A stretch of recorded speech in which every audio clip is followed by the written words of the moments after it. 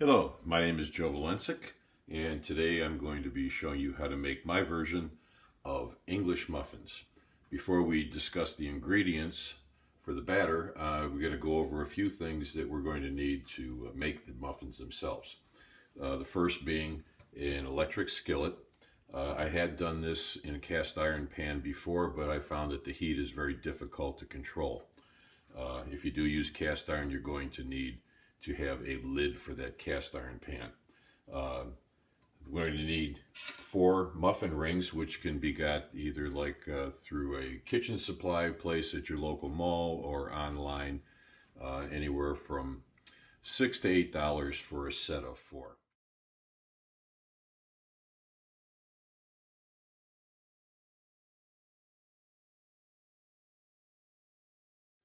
We also need to have a lid because these will be covered when they're baking.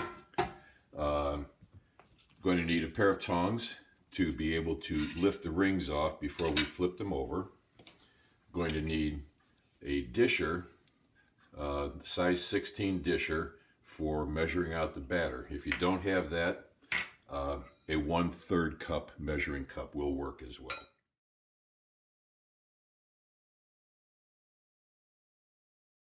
Going to need a whisk for whisking the batter and a spatula for flipping them over.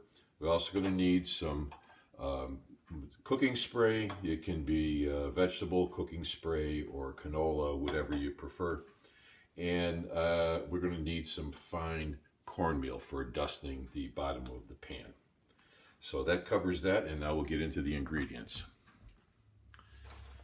At the beginning of this video, I put up the recipe, so you can go back and screen capture that and print that out so that you know exactly what you're going to need. But I'll go over those ingredients now. First thing is we're going to need about 21.5 ounces. I think that's like 2 3/4 cups of 2% milk. You can use whole milk. I don't recommend using skim because in my opinion that's not milk. It's just white water. 1.5 tablespoons of white sugar, a teaspoon and a half of salt. Don't leave the salt out or you won't have any flavor. You're going to need 1.5 tablespoons of solid shortening like Crisco, and you can melt that in the microwave. That should take about 25 seconds to melt down. You're also going to need 2.5 teaspoons of instant yeast, which is also called bread machine yeast. It can be gotten right with the regular active dry yeast at the grocery store. We're going to have 19.5 ounces of all-purpose flour, and then 1.5 teaspoons of baking powder. The baking powder will go in later, so just going to reserve that on the side for now. So we're going to put this together. We're going to put all the dry ingredients together. The flour, we've got the yeast and the sugar and the salt.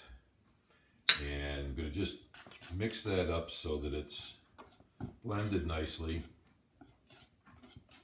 And then going to add the milk. Put all of that in here. And then the shortening.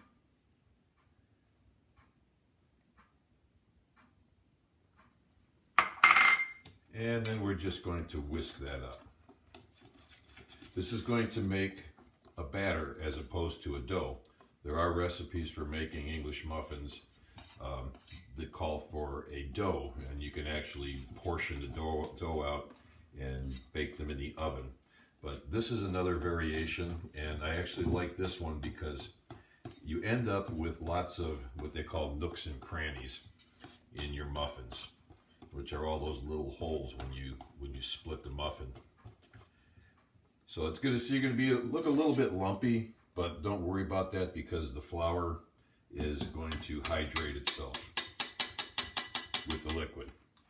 So we're going to take that now and going to cover it for about 30 minutes, and then we'll be back and get into the baking process. Just as an aside, the milk should be around room temperature. What I did is I take it out of the refrigerator and put it in the container, and then I give it about 90 seconds in the microwave, and it brings it to a nice room temperature, or a little bit warmer. That'll help the batter to rise. Okay, the batter has sat for about a half an hour, and as you can see, it's nice and bubbly, and if you look up here, you can see that the gluten is developing and kind of pulling some strands away. The 1.5 teaspoons of baking powder that we reserved, we're now going to sprinkle over the top, and then we're going to mix this up again. Get that all blended in. And I'm looking for a consistency in this batter, so I may have to adjust it. That's just a whisker too thick for me. So I'm just going to take and add just a little bit of water, just a very little. That's maybe a teaspoon, 2 teaspoons. And yeah, that's a little runnier. That's the consistency that I like. If it's a little bit thicker, it won't hurt anything, but it's not what I'm looking for. So we're going to swing this camera around over here to the frying pan, and going to set the temperature at 300 degrees. And taking the cooking spray, I want to spray so that I cover the sides of the rings so that the batter does not stick to them. And in the process, it'll also be spraying the bottom.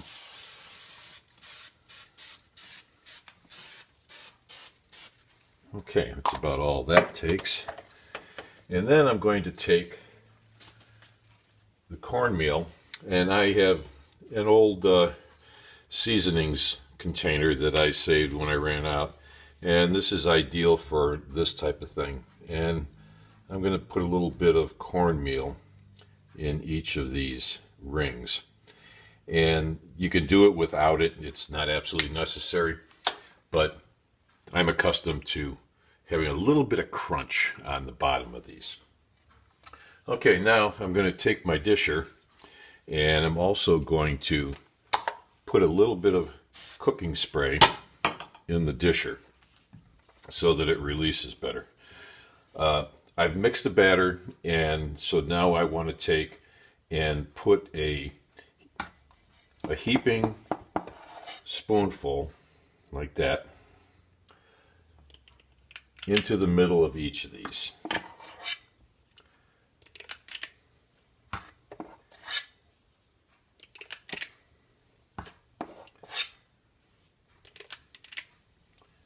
Okay, that being done, I'm going to put the cover on here, and don't lift it, and going to set my timer at 6 minutes and 30 seconds.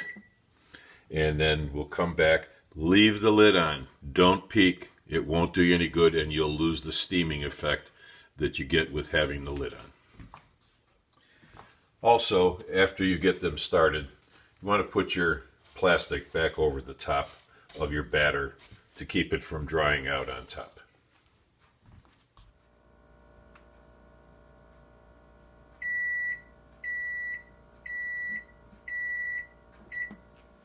Okay, it's been 6.5 minutes. Take the lid off, and you can see that they have filled out the ring nicely and have puffed up. So now we're going to take and just lightly grab these. I'm not used to working sideways to be able to film, so and we take the, alright, that's the wrong guys. I'm used to these nice metal ones. There we go. Yeah, don't use the silicone coated ones. All right, now we're going to flip them over. Look how nicely they browned on the bottom. And if they want to kind of tilt to one side, you can kind of straighten them out a little bit. And then bring them back together. Put the lid back on. And we're going to go for another 6 minutes and 30 seconds. And we'll be back. Okay, our second 6.5 minutes is over. And the muffins are completed. So now we're going to take them out. We'll flip it over. You can see it's a little bit different on the back. If you don't use the cornmeal, this is what your muffin should look like on both sides. But take them and put them onto a cooling rack. And don't be tempted to go into them and start cutting and munching on them until they've cooled. And the reason for that is that this is the final stage of any type of bread, is the cooling process. And this is when the structure of the crumb, the interior, does what's called gelatinizing. And it all gels together and creates that crumb. So you let them cool. So now we're back to where we were again. And we're going to go through the same thing. Spray in here. And only because I like the cornmeal, we're going to do the cornmeal. Take the cover off. And I take the batter and I kind of mix it a little bit, break it down, and then start refilling again.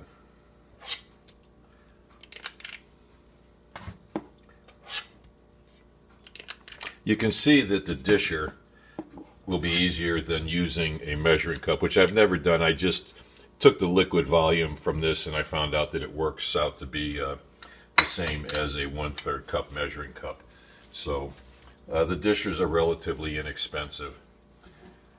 So again, lid back on. 6 minutes and 30 seconds. And the process just repeats itself on and on again. Okay, when we're done, I'm going to go ahead and cut one of the cooled ones open, because by that time they will be cool, the first batch, and then show you how nice they look inside. Okay, they're all finished and ended up with 15 from that batch. And if you don't like them this size, if you want them smaller, obviously you're going to get more out of the dough than the 15. The last one kind of got humongous. It was all the dough was left, so I dumped it all in. But, you know, this is an average size here. I'm going to take, best way to cut these is with a serrated knife. Any bread, you should use a serrated knife. And this is a Cutco steak knife. And I never understood why they say to use a fork to take them apart, because this works just fine. And there you have it, loaded with nooks and crannies and ready to go in the toaster and slather with some butter and jam or preserves. So enjoy making them, and thank you for watching this video. If you like, go ahead and subscribe to this channel, and I will be doing other bread-related videos down the road. Thank you. As a closing note, probably wondering how to store these. My suggestion is to put them in a freezer bag, suck the air out of it as much as you can, and put them in the freezer. They will keep for a good 2 to 3 weeks. You can take them out individually and thaw them in the microwave. Depending on how powerful your microwave is, I would start at 20 seconds and could go as long as 30. So enjoy.